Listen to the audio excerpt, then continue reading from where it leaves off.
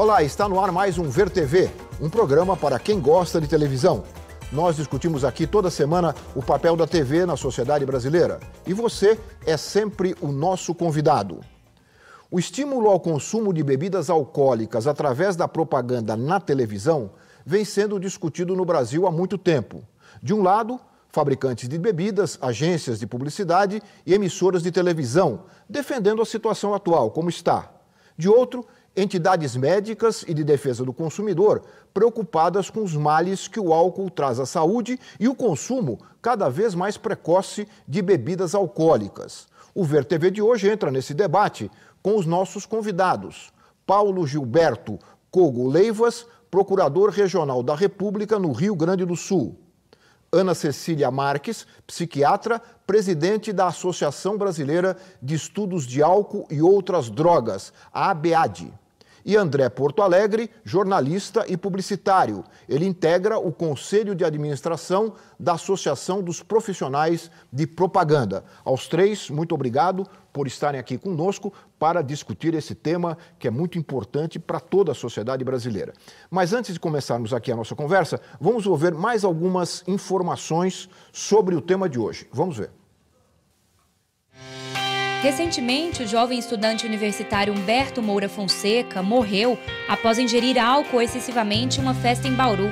Ele participava de uma competição para ver quem bebia mais vodka. O fato reacendeu a discussão sobre o consumo de bebidas alcoólicas no Brasil. Aqui existem mais de 4 milhões de alcoólatras, de acordo com pesquisa realizada pela Organização Mundial da Saúde em 2014. Segundo o levantamento, o brasileiro consome, em média, 8,7 litros de álcool por ano. A média mundial é de 6,2 litros por ano. Entre outros fatores, a publicidade pode ser uma das responsáveis por esse cenário.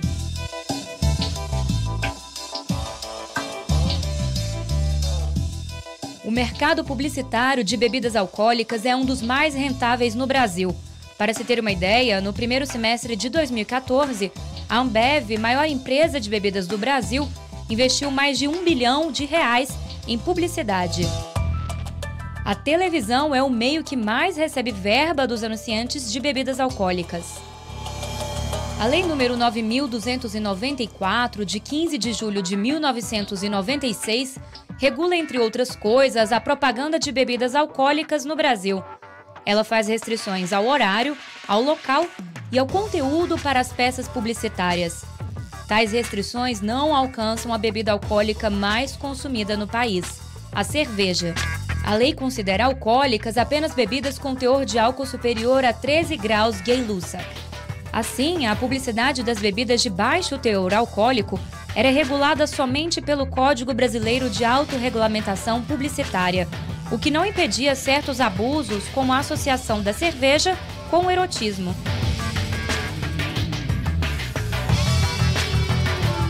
Em dezembro de 2014, a Justiça Federal, atendendo o pedido do Ministério Público Federal, decidiu restringir as propagandas de bebidas com teor alcoólico igual ou superior a 0,5 grau Gay-Lussac.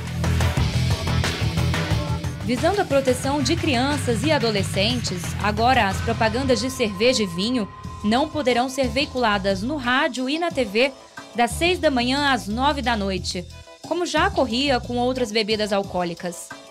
Além disso, até às 11 da noite, as propagandas só podem ser veiculadas em intervalos de programas para maiores de 18 anos. Para que as emissoras e anunciantes tenham tempo para se adequar à nova regra, a medida começa a valer após 180 dias da decisão da Justiça. No final de fevereiro de 2015, a ABERT, Associação Brasileira de Emissoras de Rádio e Televisão, entrou com uma ação no Supremo Tribunal Federal contestando a decisão.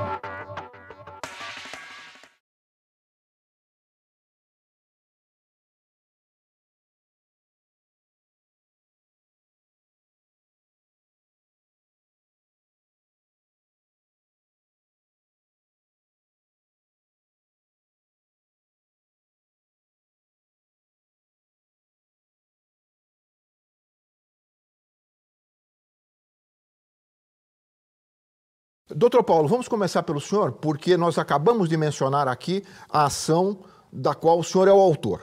Daria para resumir em alguns minutos uma ação tão importante como essa? Sim, em primeiro lugar, eu queria agradecer pelo convite, a oportunidade de estar aqui, cumprimentar a você, Lauro, todos os telespectadores.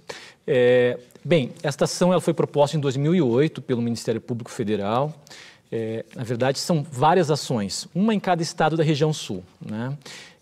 Todas elas com o mesmo pedido, para que fosse aplicado os critérios hoje já existentes para as bebidas alcoólicas de maior teor alcoólico para as bebidas alcoólicas de menor teor alcoólico, no caso de 0,5 Gay-Lussac, né, que é a medida de teor alcoólico. Basicamente vinho e cerveja, né? Todas as bebidas, né? Só para ilustrar. Imagino que sejam as bebidas mais consumidas, né, nessa faixa de teor alcoólico, né? Então, esse pedido foi este, e o tribunal, então, agora em dezembro de 2014, julgou procedente a ação judicial proposta pelo Ministério Público, dizendo que realmente devem ser aplicadas as restrições hoje já existentes de bebidas de maior teor alcoólico para essas outras bebidas, né? Que basicamente são essas restrições no que diz respeito ao horário, que foi já colocado aqui antes no VT, né? E também a associação da publicidade ou do consumo de bebidas com sexualidade, com esporte, com êxito, e que, na verdade, produza no consumidor uma sensação de que consumir bebida vai conseguir alcançar certo objetivo, né? Então, este é o pedido julgado procedente. Procedente, né? Mas nós tivemos aqui também que a ABERT entrou com recurso. Agora, quer dizer, então a medida está, não pode entrar em vigor, como se disse antes, em 2 meses, como havia sido... Bem, a decisão está em vigor atualmente, ou seja, de dezembro, estabeleceu o prazo de 6 meses. 6 meses. Para que a medida seja iniciado o cumprimento. 6 meses para que, então, as empresas possam, então, adaptar os seus contratos, possam... tudo isso precisa ser... O entendimento, acho que um prazo bem razoável que a Justiça estabeleceu, né, para haver adequação.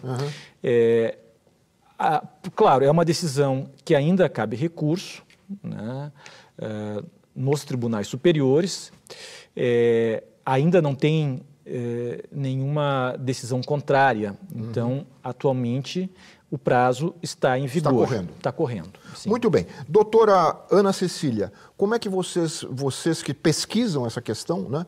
A Unifesp tem talvez o mais avançado centro de pesquisas nessa questão de álcool e drogas no Brasil. Como é que vocês veem uma decisão dessas e a proposta e a decisão lá do Ministério do Então, a gente Tribunal vê apoiando totalmente essa ação, né? A gente vai estar junto para lutar por isso, apoiando isso, porque é o primeiro passo.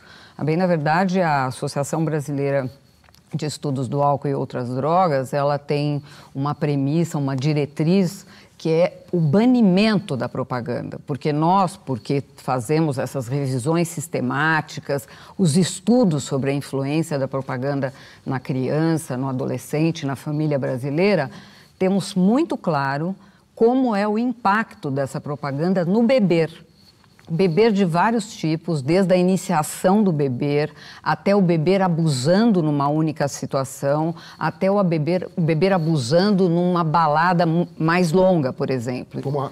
Todos os padrões. Como aquela tragédia que nós mostramos como aqui Como aquela tragédia. A gente temos 2 estudos recentes, agora de 2015, que mostram o impacto dessa propaganda por meio da televisão no jovem menor de 18 anos, né, que não estaria esperado se a lei pudesse proteger. A lei não está protegendo, né, a nossa regulação da propaganda também não. Então, a gente vê como um primeiro passo para que a gente chegue no banimento da propaganda de bebida alcoólica. A proposta de vocês é banimento total. Banimento total. Bom, agora fica a palavra para o publicitário, né? E não só publicitário, mas integrante da Associação de Profissionais de Propaganda, que é o André. Obrigado pelo convite, doutor Levas, doutora Ana. Nós vemos com muito bons olhos todas essas iniciativas. Eu acho que a sociedade civil mobilizada, seja através do Ministério Público, seja através do mundo acadêmico, atuante, olhando com atenção para todo esse problema, é exatamente o que motivou no final da década de 70 a criação do CONAR. Quer dizer, o CONAR surge, na realidade, nós não temos absolutamente nada em contrário, a não ser a defesa irrestrita da autorregulamentação e do conjunto de leis brasileiras que regulam a propaganda. O nosso senão sobre todas essas questões é que a autorregulamentação é efetivamente um instrumento moderno. No momento que nós adotarmos, não sou a favor, como a doutora Ana, do banimento, eu particularmente, e o mercado publicitário como um todo, mas nós achamos que o CONAR, que a autorregulamentação, consegue dar respostas muito mais rápidas para esse eventual, inclusive, período de transição que a gente vive, do que a questão da imposição de uma legislação. A autorregulamentação na própria questão das bebidas,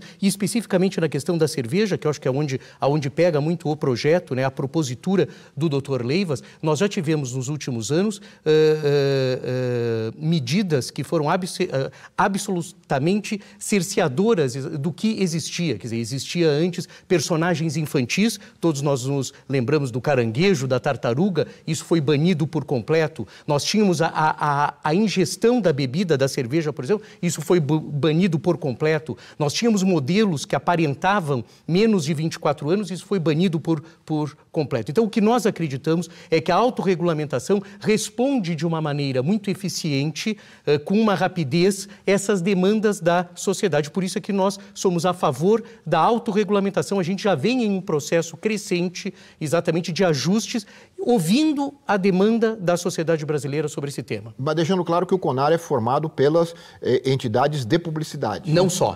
O CONAR é formado por 150 conselheiros com representação nacional, câmaras em Porto Alegre, em Brasília, no Rio de Janeiro, São Paulo e Recife, e nós temos membros da sociedade civil, nós temos membros das agências de propaganda, dos anunciantes, das emissoras de TV, jornais, etc. e tal. Eu só queria deixar claro, porque eu acho isso uma questão importante, e até fazendo justiça, que os representantes da ABA, da Associação Brasileira dos Anunciantes, dentro do CONAR, na sua maioria, membros do departamento jurídico das grandes empresas, são hoje, quem sabe, os mais atentos a isso, porque sentem o reflexo da resistência, etc. e tal, de uma maneira muito, com todas essas questões sensíveis, seja na questão da bebida, seja na questão da propaganda infantil.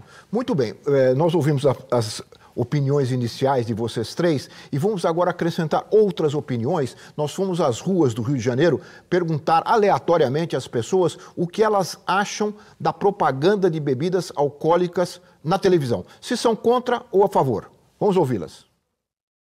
Eu sou contra porque não tem que incentivar o consumo de bebida alcoólica em horário determinado. Tem que ser a partir das 8 horas da noite, não tem que ser uma coisa deliberada assim para qualquer horário. Eu sou contra, porque já que a propaganda de cigarro foi proibida, eu acho que também o consumo de álcool não deveria ser incentivado. Eu acho que a publicidade devia funcionar exatamente como é a classificação indicativa. Passar em só horários que crianças não pudessem ver ou pessoas suscetíveis a bebidas alcoólicas. Sou completamente a favor. Eu acho que cabe ao consumidor escolher se ele vai consumir ou não o produto. Não cabe ao governo ou ao legislativo impedir a publicidade. Acho que a publicidade deveria ser colocada em qualquer horário. Não tem por que você fazer a restrição, até porque hoje as crianças ficam acordadas até mais tarde. Não é isso que vai impedi-las de ver a propaganda da bebida. Acho que não deve ter na televisão esse tipo de publicidade. Tem tantas coisas mais construtivas, por exemplo, o trote que eles fazem. Por que não estimular a ser solidário? Há tantas outras coisas boas. Doutor Leiva, a sua representação, não é? Ela leva em conta essas opiniões, além das opiniões técnicas, as opiniões dos publicitários, as opiniões da população em geral? Dá para ter uma base na sociedade para sustentar a ação? Na verdade, quando nós começamos a estudar o caso, o que a gente percebeu é o seguinte: praticamente um consenso dentro da literatura médica, psicológica, a respeito da necessidade de uma restrição à publicidade de qualquer bebida alcoólica, né? Nós ficamos até surpresos, começamos a pesquisar artigos, né, no mundo inteiro, né? Psiquiatras que pesquisam mostram este efeito danoso da publicidade no consumo de bebidas alcoólicas. em um público que foi um público que nós visamos proteger principalmente na ação, que é o público de crianças e adolescentes. Né? Nós vimos, por exemplo, que existe uma quantidade enorme de crianças dependentes de álcool no Brasil. Né? No mundo também, né? No Brasil, adolescentes dependentes de álcool. Né? Então, é algo, me pareceu tão óbvio que seria necessário uma restrição. E daí fomos investigar por que não houve nenhuma restrição até hoje no Brasil. Né? A Constituição de 88, né, de 1988, ela diz o seguinte: bebidas alcoólicas estão sujeitas às restrições estabelecidas em lei, e estabeleceu um prazo, 12 meses, para que houvesse uma lei regulamentando a publicidade de qualquer bebida alcoólica. Não faz diferença, a Constituição não diz que tipo de bebida é. Né? Demorou mais ou menos 9 anos, 10 anos, 98, então saiu uma lei que estabelece algumas restrições, que elas são os horários, não associação com sexualidade, com esporte, etc. Né? Só que, surpreendentemente, a lei dá uma definição totalmente absurda de bebida alcoólica. Diz: bebida alcoólica são só as bebidas de maiores que 13 gay-lussa, ou seja, pega destilados, bebidas... Né? É uísque, cachaça... Isso. Não é isso? É um absurdo. Nós fomos investigar porque, né, dá para verificar, por exemplo, no que aconteceu no Congresso, no Parlamento, no Congresso Nacional nos últimos anos. Eu né? vou lhe pedir um favor. Sim. Que o senhor conte isso logo depois do intervalo. Pois não. Vamos fazer um intervalo rápido e voltamos em seguida conversando aqui com os nossos convidados sobre a propaganda de bebidas alcoólicas na televisão. Nós voltamos já.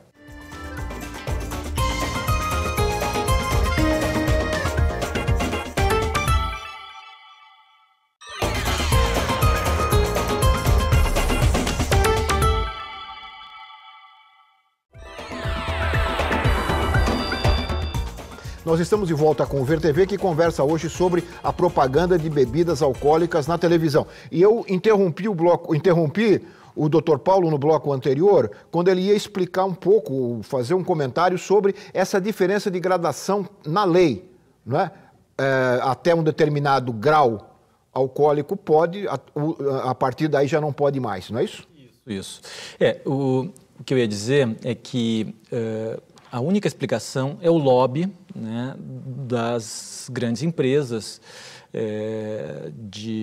não só as empresas, né, de bebidas, também as empresas de publicidade. Há um consenso. É o lobby que impediu, até hoje no Brasil, nós temos uma legislação clara estabelecendo as restrições a qualquer tipo de bebida alcoólica, que é um consenso de que precisa ter. Uhum. Né? Mas é que essa lei é de 98, né? O que acontece é o seguinte: desde 98 até hoje, diversas outras leis e normas tratam de bebidas alcoólicas. Sendo que uma mais recente é a alteração que houve no Código de Trânsito para estabelecer como infração, né, o motorista que consumiu bebida alcoólica. Uhum. Né? E o Código de Trânsito estabelece: bebida alcoólica são aquelas bebidas de 0,5. A partir de 0,5 GLs, né, elas já são consideradas bebidas alcoólicas. Então, nós temos a lei, o Código de Trânsito, nós temos as normas do Ministério da Saúde, Política Nacional de Álcool, né, que define 0,5. Né? Nós temos definições da Organização Mundial de Saúde, que define 0,5. Ou seja, todas as normas falam em 0,5. Apenas uma norma, lá de 98, dizia 13 GLs. Uhum. Né? Isso, na verdade, surpreendeu os juízes, certamente, quando eles foram decidir. Né? Há uma contradição, não é possível. Ou uma coisa ou outra. Né? Ou é uma bebida alcoólica, ou é 13, ou é 0,5. Uhum. Como essas leis mais recentes são posteriores àquelas de 98, estabelecem 0,5, então agora é 0,5. Não é possível mais manter uma definição de 13 né, GLs. O senhor falou em lobby e nós ouvimos aqui em São Paulo o Renato Godoy, que é jornalista e pesquisador do Instituto Alana, um instituto de defesa dos direitos da criança que é muito atuante nessa área. O André conhece bem o Instituto Alana. O Renato fala exatamente sobre esse lobby que o senhor acabou de se referir. Vamos ouvi-lo. É um lobby muito forte, né? É uma indústria, a gente tem uma grande companhia no país, produtora de bebidas alcoólicas, que é líder mundial, né? Então aqui é o país sede de uma das maiores empresas do mundo, né? Empresa produtora sobretudo de bebidas alcoólicas.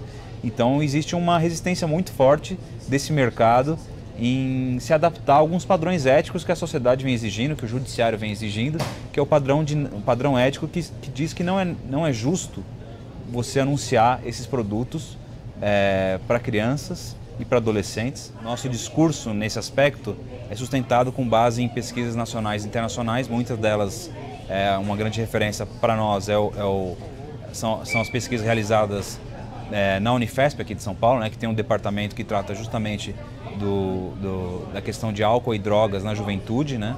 A pesquisadora Ilana Pinsky, que coordena muitas dessas pesquisas e recentemente fez um estudo cruzando 138 pesquisas nacionais e internacionais que comprovam como há um reforço, como impulsiona uma atitude pró-álcool na criança e no adolescente a exposição a esse tipo de publicidade, né?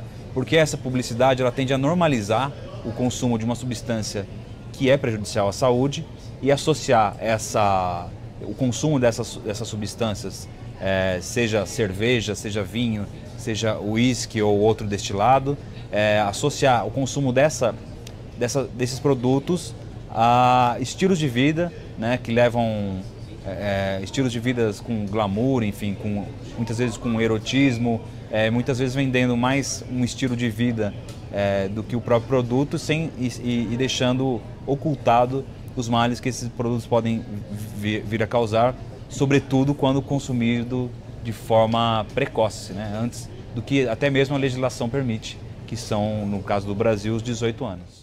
Doutora Ana, ele referiu às pesquisas, né? O grupo de pesquisas, né, tem feito isso já há muito tempo. Né? E quais são os resultados que nós temos desses estudos mais de longo prazo? Isso. Nós temos 2 séries históricas que foram feitas pela Unifesp, que representam o Brasil. Uma em 2006 e a outra em 2012. Mostrando que essa tentativa de autorregulação não funciona. Por quê? Porque aumentou o consumo entre adolescentes, eles estão bebendo cada dia mais cedo, cada vez mais cedo, 2006, 2012, né? Então, nesta última década, né? Isso é super importante. Então, esses nossos mecanismos de regular não estão funcionando. Mudou o padrão. Eles estão bebendo, como eu disse antes, de forma abusiva, eles bebem várias doses numa situação só, e pior do que isso, eu acho que nós temos um outro grupo que adentra aí esse problema, né, de saúde pública e esse problema social, que são as meninas. As meninas aumentaram mais o seu consumo, e também de forma abusiva, que os meninos. Os meninos, como se uma curva tivesse permanecido alta, mas estacionada, e as meninas aumentaram mais. Então, isso é muito preocupante. A mulher é muito mais vulnerável ao álcool e qualquer tipo de droga que os meninos. Ela adoece antes, ela tem um impacto na saúde que é maior que o do homem. O homem é mais resistente ao álcool, né? E nós vamos ter mais problemas a seguir. O lugar da mulher é diferente do homem, né? O impacto vai ser na família, vai ser, enfim, em várias áreas aí sociais. Então, esse nosso jeito de cuidar do problema, seja com a lei antiga, seja com o CONAR, não funciona. Né? André, sobre a questão do lobby, né, que já foi dito pelo nosso procurador e pelo rapaz do Alana, esse lobby é forte. Não chamaria de lobby, me parece um pouco estranho o Alana falar de lobby, né? Não me parece um pouco inconsequente de parte deles falarem de lobby, porque são verdadeiramente grandes lobistas em diversas manifestações nesse sentido. Eu acho que, também não acredito na existência, desculpa, doutor Leivas, do lobby especificamente, porque nós tínhamos aqui no Brasil grandes anunciantes como vodkas, por exemplo, nós nos lembramos perfeitamente da vodka, nós nos lembramos de outras bebidas, o uísque, tivemos campanhas notórias sobre isso e essas bebidas ficaram fora. Por algum motivo, e que eu acho que até existe uma atualização eventualmente dessa legislação, por algum motivo essa foi determinado os 13 graus, que deixou do lado de fora para isso a cerveja, que é um grande anunciante, o doutor Leivas tem razão, é um grande anunciante brasileiro, é um financiador, inclusive, é um financiador bastante grande sem da cerveja programação. não tem futebol na televisão. Acredito que nós não temos futebol, não é por causa da cerveja, porque não, com cerveja televisão. tomamos o 7-1, né? Não, então, na televisão, não tem quem coisa. pague. É um anunciante, é uma empresa de grande porte, efetivamente, há empresas Ele está falando de da grande Ambev, porte. né? Ele está se referindo Está falando da Ambev. da Ambev, existem outras empresas que atuam no Brasil, internacionais também. Eu não acho que essa mudança de comportamento, com todo respeito aos, obviamente, estudos, a doutora Ana conhece isso melhor do que eu, mas eu acho que a mudança de comportamento tem outros elementos influenciadores que não só a propaganda. É muito fácil você responsabilizar a propaganda sobre todos os males e hoje nós sabemos, inclusive com pesquisas encomendadas pelo Alana, essas pesquisas nacionais encomendadas por ele, que hoje não são divulgadas, na UNB, por exemplo, a Universidade de Brasília fez uma vasta pesquisa sobre a questão do que influencia efetivamente a criança e a propaganda é um dos elementos, mas ele não influencia nem a adesão à bebida alcoólica na mais tenra infância, nem a questão de consumos exagerados, etc. e tal. Olha, há controvérsias a esse respeito, né?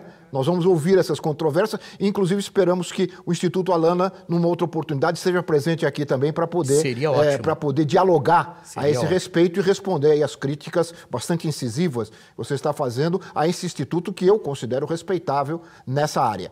Mas nós entrevistamos aqui em São Paulo o presidente da ABAP, a Associação Brasileira de Agências de Publicidade. Aqui você representa os profissionais da propaganda. Exatamente. Nós vamos ouvir agora o representante das agências, que é o Orlando Marques. Vamos ouvi-lo. Cerveja é um produto adulto dirigido a público adulto. E é assim que as agências de propaganda trabalham um produto tão generalista quanto esse. Porque ele pode ser consumido de gente de 20 a 80 anos, né? Então, é um produto que pega todas as idades, tanto que muitas vezes brinca-se, né, no ambiente dos anúncios da cerveja, brincam colocando pessoas de idade diferente, interagindo e se divertindo com cerveja, porque é um momento de diversão, bebida de cerveja. E nós não podemos esquecer o seguinte, nós somos um país que faz parte de uma sociedade que aceita a bebida alcoólica como um dos produtos a se consumir, faz parte das nossas vidas. Nós não somos um país islâmico onde a bebida alcoólica é proibida, né? Nós não somos um país islâmico, nós somos um país democrático, na maioria das vezes cristão, onde a bebida alcoólica está inclusive nas nossas manifestações religiosas, né? Então achamos que isso é sim uma coisa muito truculenta para um tema que deve ser melhor debatido, melhor apreciado pela sociedade, melhor discutido ouvindo todas as partes, e o lugar ideal para isso chama-se Congresso Nacional. Ana Cecília, vocês são os islâmicos? Parece que não. Parece que o caso, parece que há uma pequena confusão. Não é para proibir a bebida, né? Não, a propaganda. Precisa ficar claro. Banimento da propaganda. Pelo depoimento dele... Nós estaríamos proibindo... Não. Agora, eu queria ouvi-la também sobre o que o André falou sobre os efeitos da propaganda. Então, é indutor ou não é indutor? É indutor, sim. E é indutor e faz parte, sem a menor dúvida, de um modelo múltiplo de fatores, sem dúvida. Ninguém pode explicar um fenômeno com uma única causa. Mas se nós temos que discutir uma política que proteja a sociedade brasileira, crianças, adolescentes, adultos, e nessa política, um dos fatores é a influência da propaganda nesse consumo, é lógico que nós temos que discutir esse tema. Não é justo mesmo que a gente diga que só a propaganda está fazendo isso. Mas todos os estudos sobre o impacto da propaganda mostram que sim, que ela aumenta consumo, que ela faz o consumo começar antes e que ela faz o padrão de consumo ser um padrão danoso. Puxa vida, então se isso é uma parte da política que precisa ser revista, que é a lei, que vai como o tabaco, que vai banir a propaganda e vai, com isso, cuidar da sociedade, é lógico que nós temos que olhar para isso de uma forma bem objetiva. Nós tentamos, há 10 anos atrás, construir esse movimento também, chegando ao Congresso com um abaixo-assinado, com 800 mil assinaturas pelo banimento da propaganda de bebida na televisão e nos meios de comunicação. E, infelizmente, isso também não avançou e eu concordo há 10 anos. E eu concordo com você que isso pode ter sido, sim, pressão desse grupo de interesses que não quer que isso seja feito, não quer que o seu produto seja controlado, né? Mas, sem a menor dúvida, essa medida modifica o cenário, assim como as outras tantas medidas que precisam ser implementadas, que é a política do álcool. Nós ouvimos, quando ouvimos aquelas pessoas no Rio, alguns dos entrevistados fizeram uma relação com a proibição da publicidade do tabaco, do cigarro, né? E nós entrevistamos em Brasília o Alexandre Tino, que é médico sanitarista e coordenador adjunto da área de saúde mental, álcool e outras drogas do Ministério da Saúde. Ele avalia o impacto das advertências contra o consumo de bebidas diante da força da propaganda. Quer dizer, há um embate, né? Você tem a advertência de que o álcool é prejudicial à saúde, do outro lado você tem a propaganda dizendo que o álcool é bom para você conquistar as meninas na praia. Não é isso, mais ou menos? É isso mesmo. E aí ele faz um comentário a respeito deste embate entre essas duas forças. Vamos ouvir o doutor Alexandre. As advertências, os informes com advertências relacionadas ao consumo de álcool, eles são eficazes.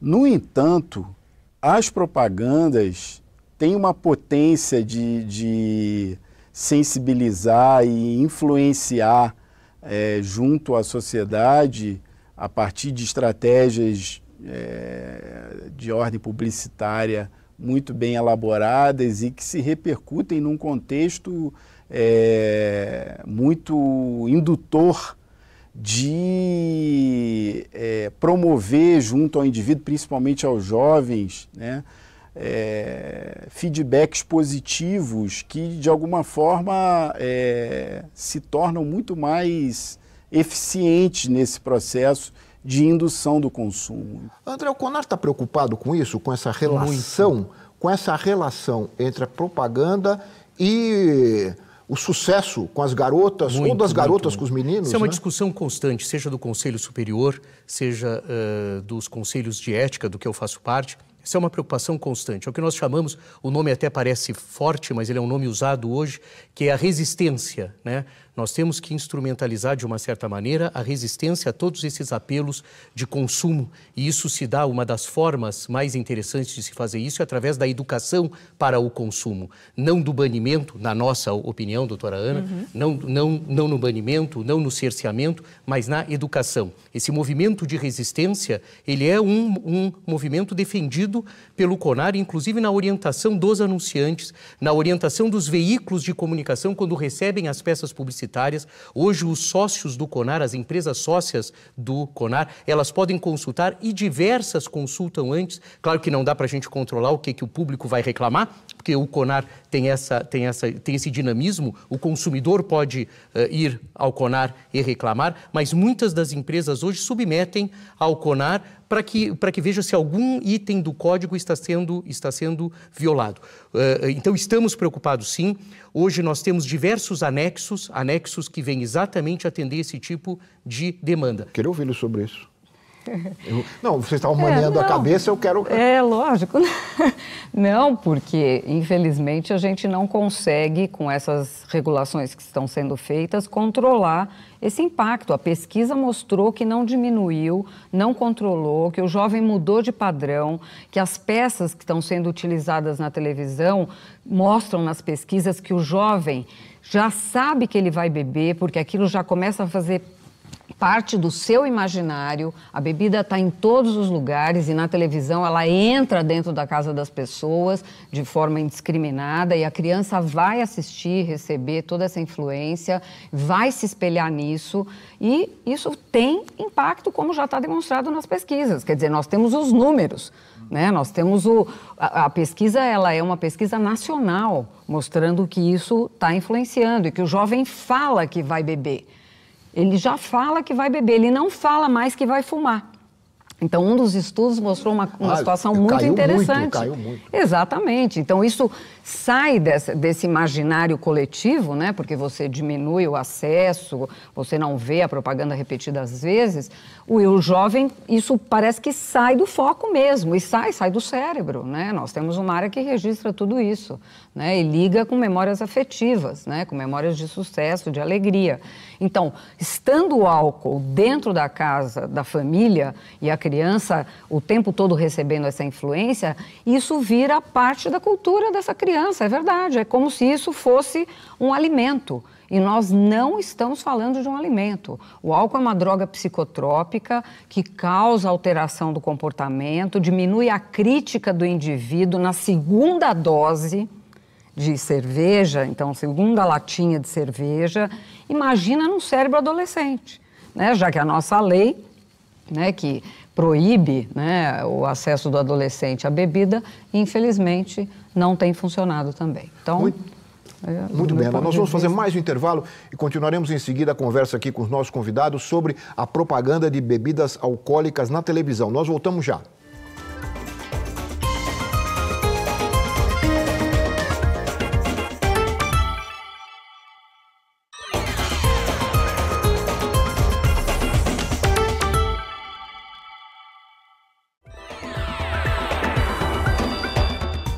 Nós estamos de volta com o Ver TV, que conversa hoje sobre propaganda de bebidas alcoólicas na televisão. E com o apoio da TVE do Rio Grande do Sul, nós entrevistamos lá em Porto Alegre o psiquiatra Carlos Salgado. Ele integra o Conselho Consultivo da Associação Brasileira, a mesma da doutora Ana, Associação Brasileira de Estudos do Álcool e Outras Drogas. Ele analisa a força da propaganda no estímulo ao hábito do consumo. E a associação que é feita, a gente já começou a conversar aqui sobre isso, a associação que é feita entre esporte e atletas vitoriosos ao álcool. Vamos ouvir o Dr. Carlos Salgado. De uma forma geral, propaganda que não modifica hábito de consumo é inútil. Portanto, sim, propaganda de bebidas alcoólicas, especialmente aquelas focalizadas, atraentes para o jovem, criança ou adolescente, muda sim conduta. E há uma ampla literatura mundial mostrando isso, razão pela qual em muitos países essa veiculação é proibida, como aqui no nosso caso no Brasil, é proibida a veiculação de tabaco. Então, há um grande esforço social, nacional, para que a gente faça o mesmo com a indústria da bebida, negociando para que desapareça a propaganda. Como é que o senhor vê a associação entre álcool e futebol? O que o senhor achou da publicidade de bebidas alcoólicas durante a Copa do Mundo? Lamentável essa associação, lamentável a veiculação durante a Copa, essa, digamos, flexibilização, de certa forma, as férias da legislação, né, da lei do torcedor, né, foi, eu acho, uma temeridade e abre um precedente triste aí que nós vamos enfrentar nos próximos tempos, em vários outros torneios, campeonatos nacionais também, vai se ver o reflexo dessa decisão infeliz. Disposição precoce ao uso de álcool está associada ao alcoolismo precoce, a antecipação de um processo que talvez nem ocorresse se não fosse aquela exposição precoce. E, claro, então, a modelagem de atitude, o espelhamento na atitude glamurosa, digamos, né, de um esportista que levanta o dedo para apontar qual é a marca de cerveja que está patrocinando aquele gol, realmente influencia muito a atitude do jovem e pode trazer para mais perto, para mais cedo, o desenvolvimento de uma doença relacionada com o uso de álcool. A associação que o jovem atleta faz é com plenitude. A bebida entra de carona, né, nessa divulgação da plenitude, que em si é maravilhosa, divulgar o sucesso, divulgar o brilho, o sucesso pleno em termos de tudo aquilo que ocorre no entorno da vida esportiva, realmente deve ser feito, só que quando tem essa inserção, digamos, perversa, né, de associar isso ao uso de bebida, aí realmente você tem razão, é uma temeridade fazer isso. Eu acho que realmente um grande esforço que a gente pode ainda enxergar aí nos próximos tempos é olhar o jovem como alguém a ser protegido de várias coisas, dentre elas da exposição a uma substância que é tão glamorizada como o álcool. Então, acho que nós adultos devemos fazer muita força para que nossos jovens atrasem o seu primeiro contato com o álcool, sem dúvida, para bem depois de 18 anos. Doutor Paulo, eu queria chamar a atenção nessa parte da fala, o final da fala do nosso entrevistado, o fato da necessidade de se proteger crianças e adolescentes. Isso está na Constituição brasileira, né? A proteção a crianças e adolescentes. Quer dizer, isso cabe ao Estado, não cabe às organizações da sociedade, não cabe aos particulares, não é isso? Eu acho que isso também deveria estar no debate, não sei se está no debate também jurídico. Eu acho que esse é um ponto fundamental, né? Quando se discute essa questão de publicidade, sempre vem a questão da soberania do consumidor. O consumidor, né, teria o poder de decidir se consome ou não consome determinados produtos, né? Mas aqui esse argumento da soberania não se aplica, porque nós estamos falando de pessoas que ainda não têm um desenvolvimento, né, um desenvolvimento que lhe coloque numa posição de real autonomia, que lhe dê condições de decidir efetivamente pelo consumo ou não consumo, né? Então, a legislação no Brasil, o direito brasileiro, ele tem um princípio da proteção da criança e do adolescente, né? E esse princípio tem que ser seguido, mesmo no ambiente doméstico, né? Que essa é uma evolução, né? A gente hoje está discutindo a questão da proteção da mulher no ambiente doméstico, né? A questão da violência doméstica. Antes se entendia, bem, este é um assunto que o Estado não tem que entrar na casa, né? Em relação à criança e adolescente, no passado existia também essa concepção, mas antes já se entende, não, é obrigação do Estado a proteção da criança e adolescente, né? Então, tendo em vista que essa questão da publicidade é um consenso que causa danos à saúde e à vida, muitas vezes, de criança e adolescente, a gente sabe os índices de morte relacionados ao consumo de álcool, me parece que é de uma obviedade que a publicidade precisa sofrer limitações. E aí é o papel do Estado, quer dizer, Não, é o papel do Estado. Neste ponto, não tem como argumentar. Criança e adolescente, o Estado tem de proteger, mesmo quando há omissão dos pais, né? Mesmo quando os pais são omissos, e muitas vezes acontece, né? Dos pais serem omissos, descuidarem disso, né? Mas o Estado tem de proteger em qualquer circunstância. Outra questão levantada, eu queria ouvi-la também, levantada nesta nossa última entrevista, é essa relação com o sucesso. Eu acho que ele levantou bem essa questão. Levantou, lógico. Não sei se vocês têm dados sobre isso. Não. Com sucesso, ainda não. Nós estamos falando de crianças, etc., mas com o sucesso dos atletas, não, o que vincula com o temos. esporte. Isso, porque vocês imaginam, o André também, vocês imaginam se você não puder mais ter propaganda de cerveja durante o dia. Como é que faz o futebol no domingo? Não é? E é o esporte, é o sucesso. Não é? Isso mesmo. Não, então, essa associação de coisas boas, né, de você obter coisas boas por meio de consumo de determinados produtos, entra aí, isso sim já está estudado. Especificamente em relação ao esporte, nós não temos ainda esse estudo. A gente tem associação de bebida com esporte e violência, né? Isso nós temos estudos... Torcidas? Isso, torcidas, brigas nos estádios, né? E aí depois a lei que proíbe a bebida alcoólica dentro dos estádios. Mas e depois na Copa... Mas teve férias teve na Copa. Férias, achei ótima a expressão. Teve a lei férias, teve férias. Exatamente, teve férias e ainda não voltou tudo como era antes. Esse é o nosso risco, né? Que isso se perdure, porque foi feita uma nova lei, né, a Lei Geral da Copa, que liberou a bebida nos estádios, né? Sobre essa questão que acabei de falar agora, o peso que tem a publicidade de bebidas nos programas de televisão e principalmente na programação esportiva. Né? Relativo, né? Eu queria ouvi-lo. Relativo. É um segmento anunciante tradicional do futebol, né? Ele é um segmento, como outros, né? Nós temos, só para se ter ideia, nós temos nas cotas, são 5 cotas da maior rede de TV do Brasil, as 5 cotas comercializadas sempre antecipadamente. Tem empresa de telecomunicação, tem outras empresas, e uma delas, automóveis, etc. e tal, e uma delas, e um dos segmentos é o de bebida, especificamente cerveja, que tem até um vínculo histórico com essa coisa. Mas eu diria aí que corresponde a 20%, né? Então não vai prejudicar? Nós nunca dissemos que vai prejudicar. A nossa questão é que eu acho que se confunde, Lala. Primeiro, a defesa assim, incondicional da autorregulamentação, que para nós é uma evolução em todos os sentidos. Eu acho que todos os segmentos de atividade profissional, passando pelos advogados, pelos médicos e engenheiros, gostariam de ter um Conselho Nacional de Autorregulamentação eficiente como é no caso dos publicitários. Primeiro ponto. E o segundo ponto é que eu fico um pouco preocupado porque há uma confusão sobre a questão. O que nós estamos falando aqui é a propaganda de bebida alcoólica. E muitos dos males que a doutora Ana coloca, que o doutor Leivas coloca, falam da bebida alcoólica. E então nós temos que nós temos que ser restritos à exposição, exatamente, aos males, os eventuais males da exposição, que já é regulada hoje por uma série de normas, seja do CONAR ou da legislação. Agora, diga. Não, eu estou exposto a um produto que causa esses males e quanto mais exposto eu estiver, mais eu vou consumir, é isso que as pesquisas mostram, e mais eu vou ter os males. É uma coisa totalmente diretamente relacionada. Inclusive, aumenta 4 vezes o consumo e vai aumentar 4 vezes o dano. Nós temos estudos mostrando essa progressão.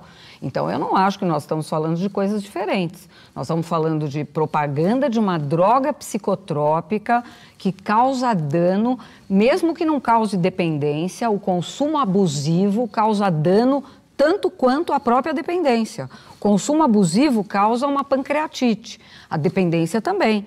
Então, o indivíduo se intoxicar de álcool, ele vai ter males agudos que podem levá-lo à morte. Independente de dirigir ou não, ele pode ter um acidente vascular cerebral, só de consumir abusivamente.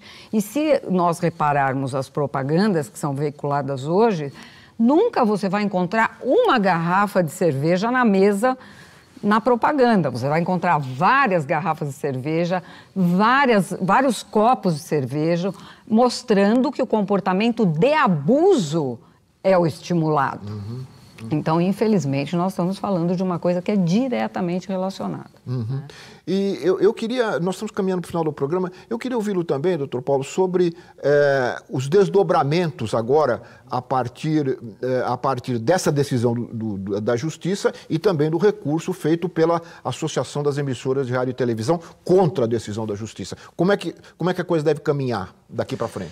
Bem, o que existe hoje, então, é uma decisão que estabelece o prazo de 180 dias, né, para ser cumprida. Esse prazo vence no mês de junho, agora de 2015. Né? Espera-se, então, que todos cumpram a decisão judicial. Né? E nos termos da decisão, se não houver cumprimento, caberá aos órgãos de vigilância sanitária, particularmente a Anvisa, né,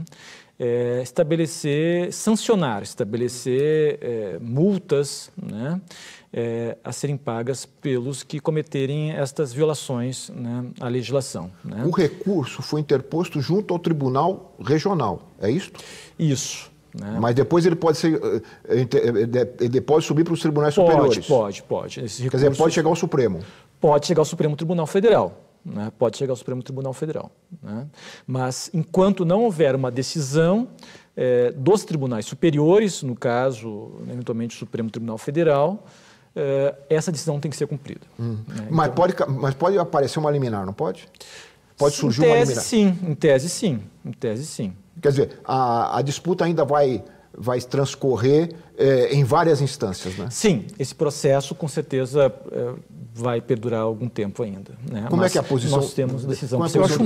Eu acho ótimo esse debate, essa discussão e até os recursos e tudo mais. Eu acho que a sociedade, quanto mais discutir, a ideia do CONAR no final da década de 70 era estimular algo que nós não tínhamos aqui, que era a participação da sociedade, quer dizer, observando exatamente a influência da televisão e da propaganda na televisão sobre o comportamento do consumidor, nós estamos exatamente em linha. Era que nós conseguíssemos discutir isso numa esfera onde a sociedade brasileira estivesse presente com os agentes econômicos, porque não é o fato de nós termos publicitários, emissoras de rádio, TV, jornal dentro do CONAR que invalida o CONAR, pelo contrário, lá estão os representantes, agentes desse negócio, junto com a sociedade civil. Então, acho ótimo que essa discussão se perpetue. Acho ótimo que o Ministério Público Federal esteja atento a esse tipo de questão. Foi sempre muito bem-vindo. Todas essas discussões, e desculpa, Laura, até o número de cervejas na mesa, são pontos que nós, observamos com muita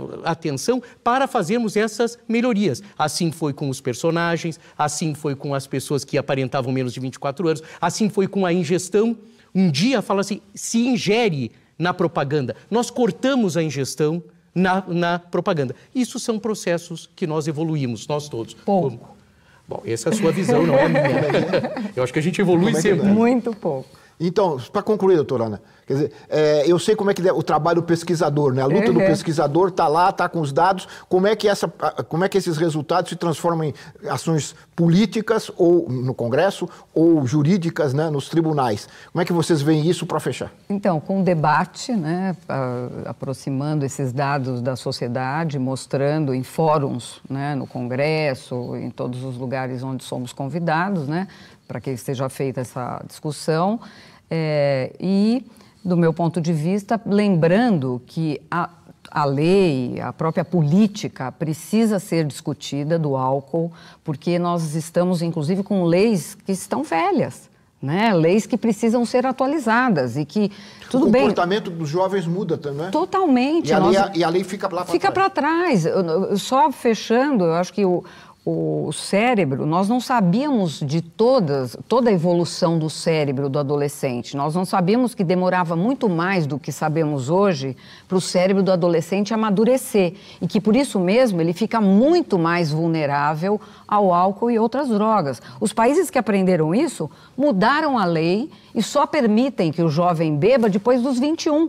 Nós continuamos com uma lei caduca, do meu ponto de vista, né, que não acompanhou a neurociência para mostrar esses efeitos do álcool e da própria maturidade do adolescente. Então, eu acho que a gente tem que ter uma esperança aí, que esse é o primeiro passo, mas que a lei precisa mudar. Nós temos que banir a propaganda de qualquer droga psicotrópica da televisão, porque o impacto é muito grande nos nossos adolescentes. Muito bem, muito obrigado a vocês três por terem trazido essas informações e essas opiniões a respeito desse tema que é importantíssimo para a sociedade brasileira. Eu quero agradecer também a você que nos acompanhou em mais um Ver TV, lembrando que vocês podem participar do programa enviando suas perguntas, comentários, opiniões também sobre este assunto através das redes sociais, pelo Facebook, pelo Twitter ou diretamente para o nosso endereço eletrônico, que é o vertv@ebc.com.br. E você também pode assistir ao programa Ver TV e a todas as entrevistas do programa em nosso site na internet. Até a semana que vem com mais um Ver TV, um programa para quem gosta de televisão. Até lá!